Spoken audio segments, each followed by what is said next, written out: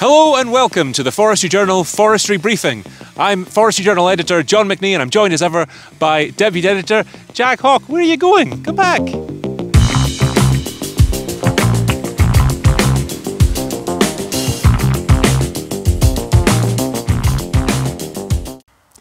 Hello and welcome to the Forestry Journal Forestry Briefing. I'm John McNee, editor of Forestry Journal. I'm joined by Jack Haugh, the deputy editor, and we're out in the woods again. This is our regular roundup of the latest stories that are affecting the forestry industry. The last time we met up was just before Christmas, Jack. I believe we were talking about the forestry summit that had just happened and the launch of the Route to Timber roadmap for England and various other bits and pieces. And then almost as soon as we were through recording that video, we got a major story that broke, and that's going to be the first thing that we're going to talk about today. What's that?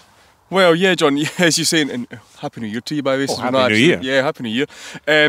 Yeah, when we kind of, finished recording that last briefing, we put it online, all these kind of things, almost instantly we got the bad news that the Scottish Government had decided to cut public forestry's budget, and not just by a tiny bit, not by a lot, not by a tiny bit, not by an insignificant amount, but by £30 million. So, to kind of put it briefly, the Deputy First Minister, Shona Robinson, presented her budget just days after we finished that briefing, just days after the Woodland Creation Summit was held, and I think you're right to say there was an air of optimism maybe amongst foresters after that. Certainly hope's maybe a better word, hope that things were going to be a bit better, that the Scottish Government was going to take forestry seriously, and then lo and behold, bang, the body blow came just days before Christmas. I think a nightmare before Christmas, you could call it. And for our viewers who are not in Scotland and perhaps are not familiar with the workings of the Scottish Government as well as they are with other sectors, what kind of impact are we talking about this having on forestry in Scotland, the loss of £30 million? Well, I think I'll use the word that, and we'll get onto the reaction in a wee minute, but the word that the Woodland Trust Scotland and Confor used, enormous. So, to kind of put a kind of fine detail on it, the Scottish Government, which has two wings to it, which are kind of they're not quite as government, but the government funds them. That's Scottish Forestry, which is responsible for sort of aspects of timber management, etc., etc. Then you've got Forestry and Land Scotland. Those two separate wings, which I'm going to get the dates wrong here, but about a decade ago, maybe less, when they were discussing what to do with the Forestry Commission Scotland, they decided to create these two separate wings. Now, the main kind of thrust of the budget that's been cut is from Scottish Forestry's budget, and actually specifically the Woodland Creation Grant budget. That's your forestry grant scheme budget, and the money that goes, the money the government pays towards woodland creation in this country. In terms of the impact this is going to have, and I'll maybe just say actually just a wee note, the budget was slightly, and I think slightly is probably putting too big a point on it, but it was slightly offset by FLS getting a slight budget increase. But let's be honest, the news is that budget cuts to Scottish Forestry's budget and the Woodland Creation budget. But yeah, so in terms of the actual impact, it's huge. Now, I guess we kind of go back to the reason the Woodland Creation Summit was held was because Scotland has been struggling to hit its planting target for a while, and planting levels had fallen to their lowest level for 5 years last year, down to, again, roughly about 8,000 hectares. Way short of the 15,000 hectare target, so that needed to be addressed. That's why that summit was held. But frankly, this new budget means we're not even going to get close to the target again. Now, writing exclusively in Forestry Journal on our website shortly after the budget was announced, Manny Goujon, the Rural Affairs Secretary, basically conceded this new budget is only going to lead to 9,000 hectares of woodland creation. That's if everything goes right, if every kind of cog in the wheel turns as it should do. So, the public budget is going to fall so short of what we actually need it to do, and not just short, it's going to be lower than it. I mean, if that goes to plan, it was slightly more than last year, but certainly lower than it's been over the last decade, so it's not good news. And the reason given for this cut was because the Scottish Government's overall budget had been cut, is that right? And, well, just generally the price of most things going up. Yeah, and obviously, it depends on who you ask, depends on the reasons for this. The Scottish Government, and Mary Goujon made that point in her column. She said tough decisions had to be made.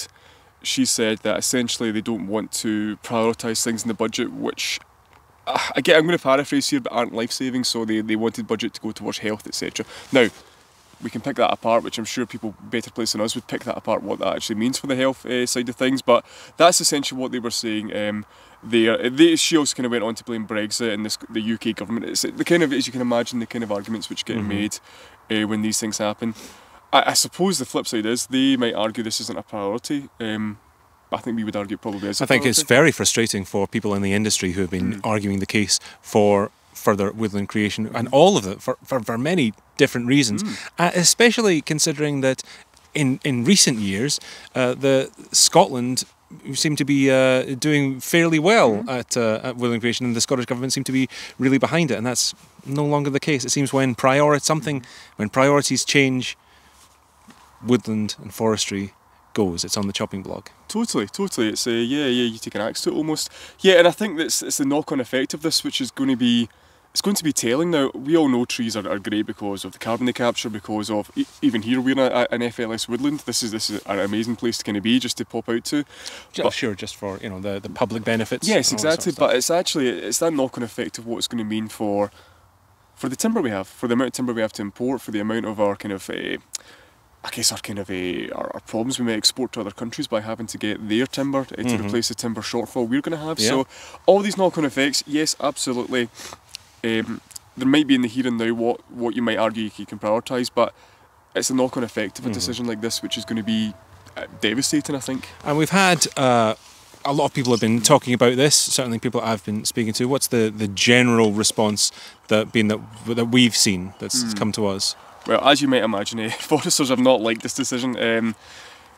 It's so much so that, and I don't think it's rare to say that, it's not fair to say it's a rare show of unity, but you had Woodland Trust Scotland and Confor singing off the same hymn sheet about this, which is, that's not a totally frequent occurrence.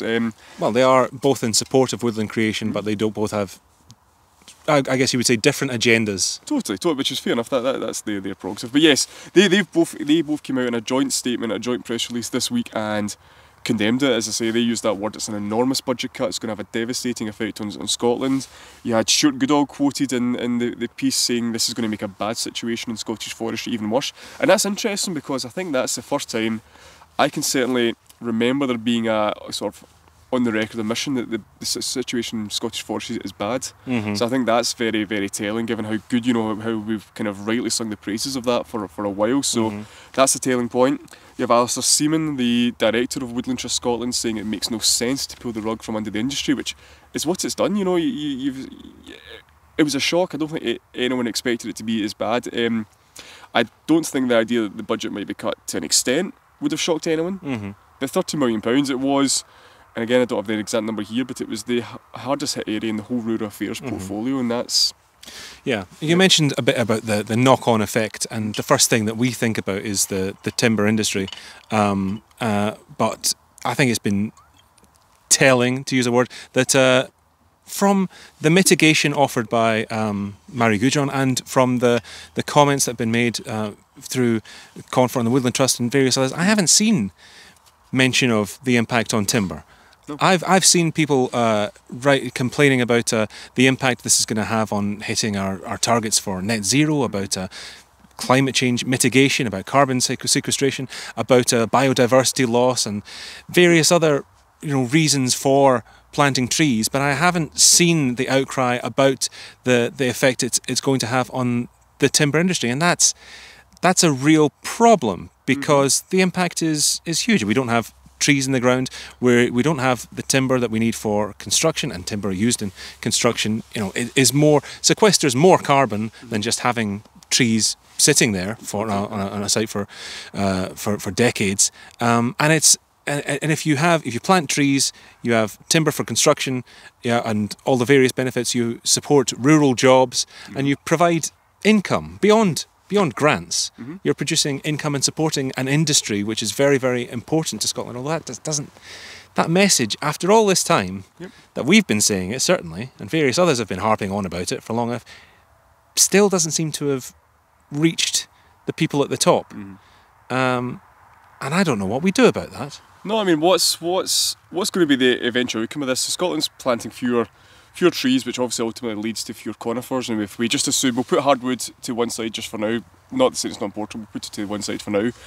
Fewer conifers and less softwood eventually means we're going to have to, if we're going to have this timber and construction transformation, I guess. Yeah. You know, if we're going to eventually have more timber and construction, which everyone wants to see, where are we going to get the timber from? Yeah. It's not going to be homegrown anymore, or anymore. That's an interesting phrase. It's not going to be homegrown timber. We're going to have to get it from somewhere else, which again is going to continue. We're going to have to continue importing it, and that's not necessarily now. Even though now that's a big problem.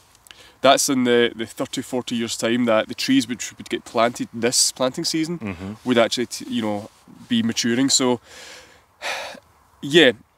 All these decisions might seem like small decisions, but they are ultimately they're big in the landscape. And if the UK has to get its timber from elsewhere, where's it going to get it from? Yeah, You know, and it's going to be at the behest of international markets.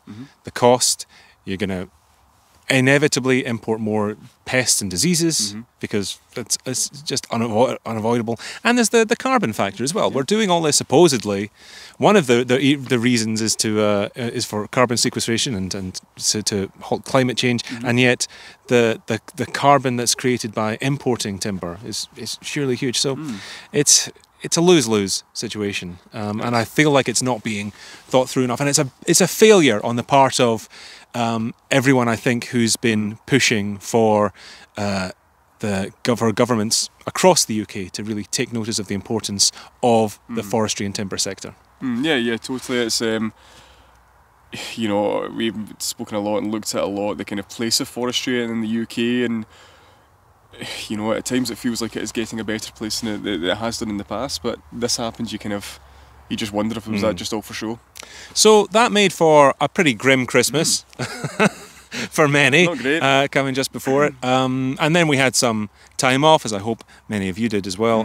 But the news has kept coming, and there's plenty of stuff that we're going to be featuring in the upcoming issue of Forestry Journal and essentialARB, as well as we've been featuring on the website. We'll talk about just a couple of those other stories. What else has caught your eye over the last couple of weeks, Jack? Yeah, well, it was actually weirdly, usually kind of things quieting down over the Christmas period, but not this year.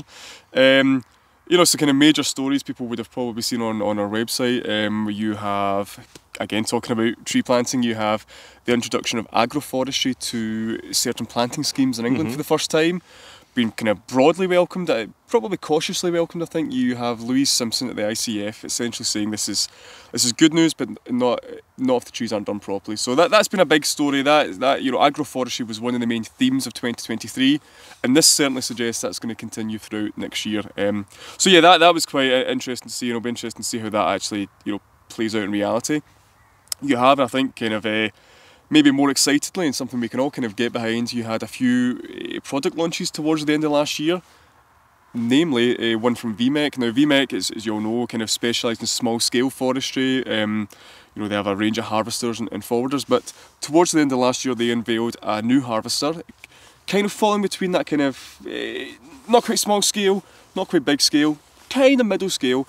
It's around about a 6-ton machine. It's called the 470, and it's a harvester aimed at the thinning market. So certainly really looks nice. I'll put a few images across just as we're talking here, but it looks the part. I think it'll be really exciting to see what the kind of take up is, and it certainly plays into the kind of the quotes from VMEC as they were launching this, is that they see thinning going to be the kind of it's going to be one of the main sources of income and one of the main talking points. So not talking points, but one of the main progressions in forestry. I think over the years that's going to become more of a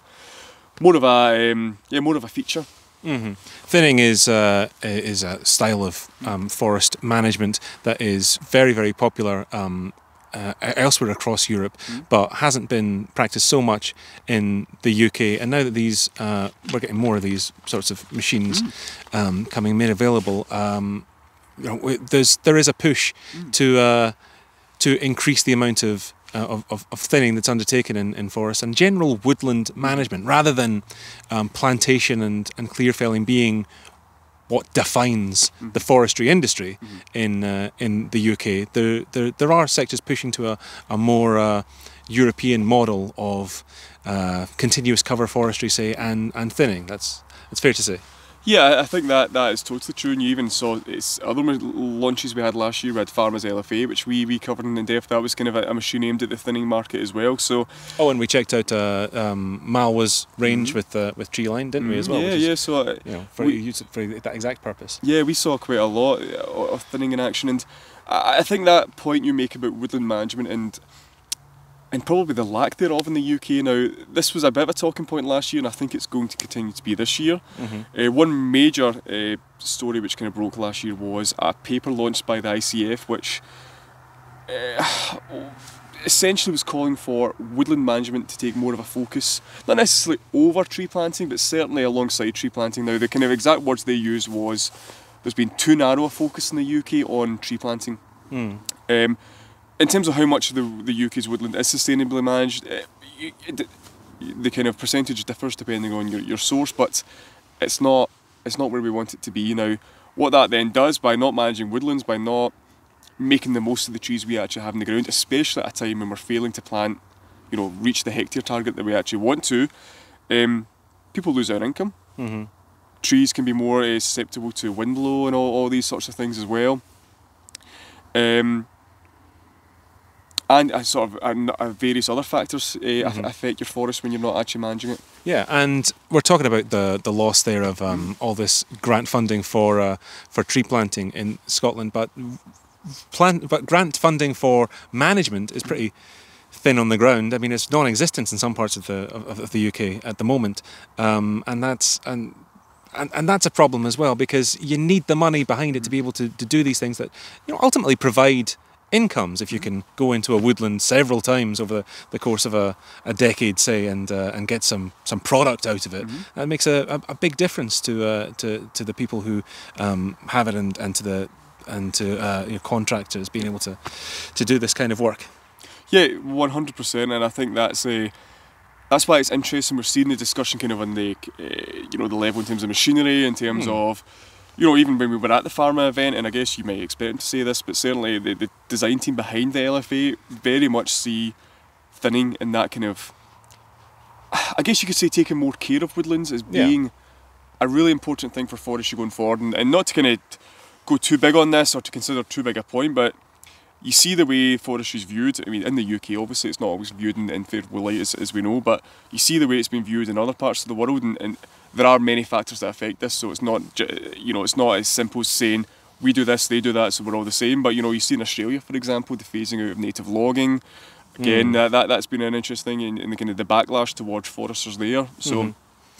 All these themes play into each other. It is an interesting emerging trend. For years and years, we've seen the trend be for forestry contractors to go for bigger and bigger and bigger machines, and now we're bringing in this whole subset of machinery which is small, versatile, and manoeuvrable for these smaller, low impact operations, and it's interesting to see that market emerge for them, and we hope to see many more machine product launches of all kinds over the course of the coming year. We have been promised that there's going to be a few things on the horizon for 2024, so looking forward to seeing all those. Is there anything else that I suppose there's a couple of other, well, at least one more story from the last few weeks that we should mention?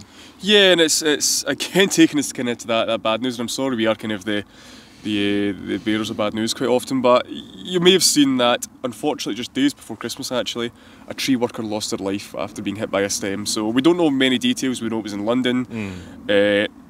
We don't know, who the individual was, but all we do know that it's sad, and it's a kind of reminder of how dangerous the job can be.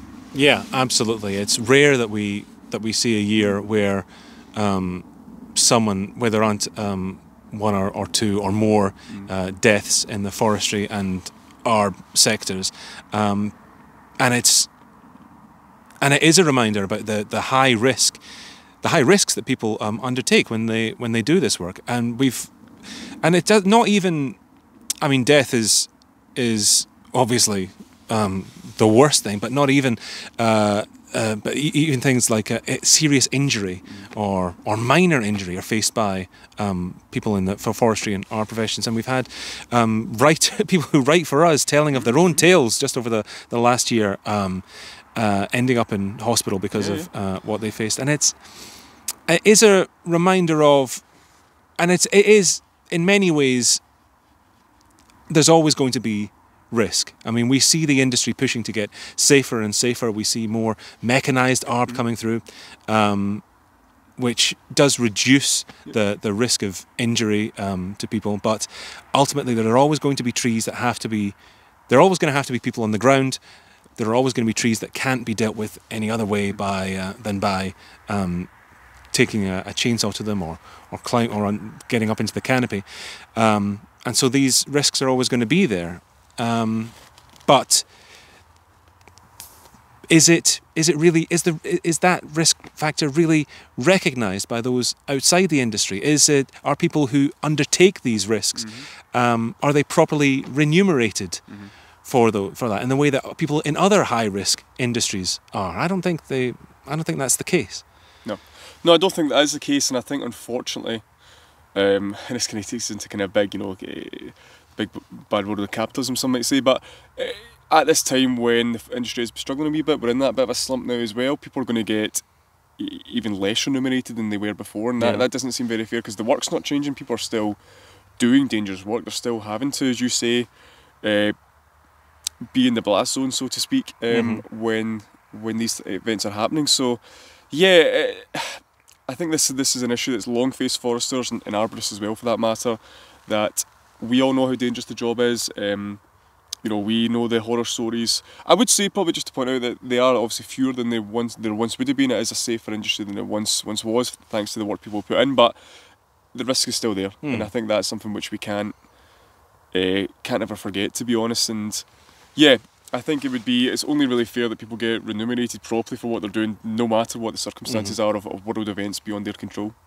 It is timely then that in the latest issue of essentialARB magazine, the February issue, we do have a piece from a working arborist who writes about the gulf in pay for an arborist working in the UK versus one working in elsewhere in the world, in Europe for instance, and how the work is not valued properly for the risk that is taken and the amount of investment that arborists have to make in their own equipment. And I think that goes as well for the forestry sector too. And I think people are going to have a lot to say on that piece when it's published, but you're not going to be able to read it unless you subscribe to Forestry Journal and essentialARB.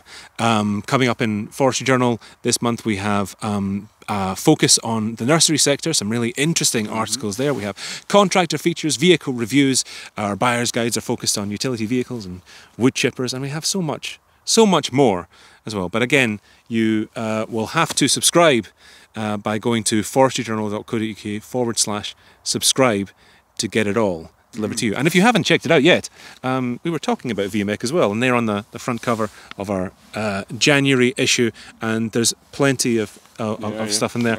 A lot of it's not all politics. We get this. We try and mix up as much. We try and mix it up. We try and get a broad overview. I know we talk a lot about politics, perhaps too much on these briefings. Hopefully next month. Hopefully next month we'll. Because I'm getting a bit fed up with all the bad news. But we will see you again next time for another forestry briefing. Thanks a lot. Thank you, Jack. Thanks, John.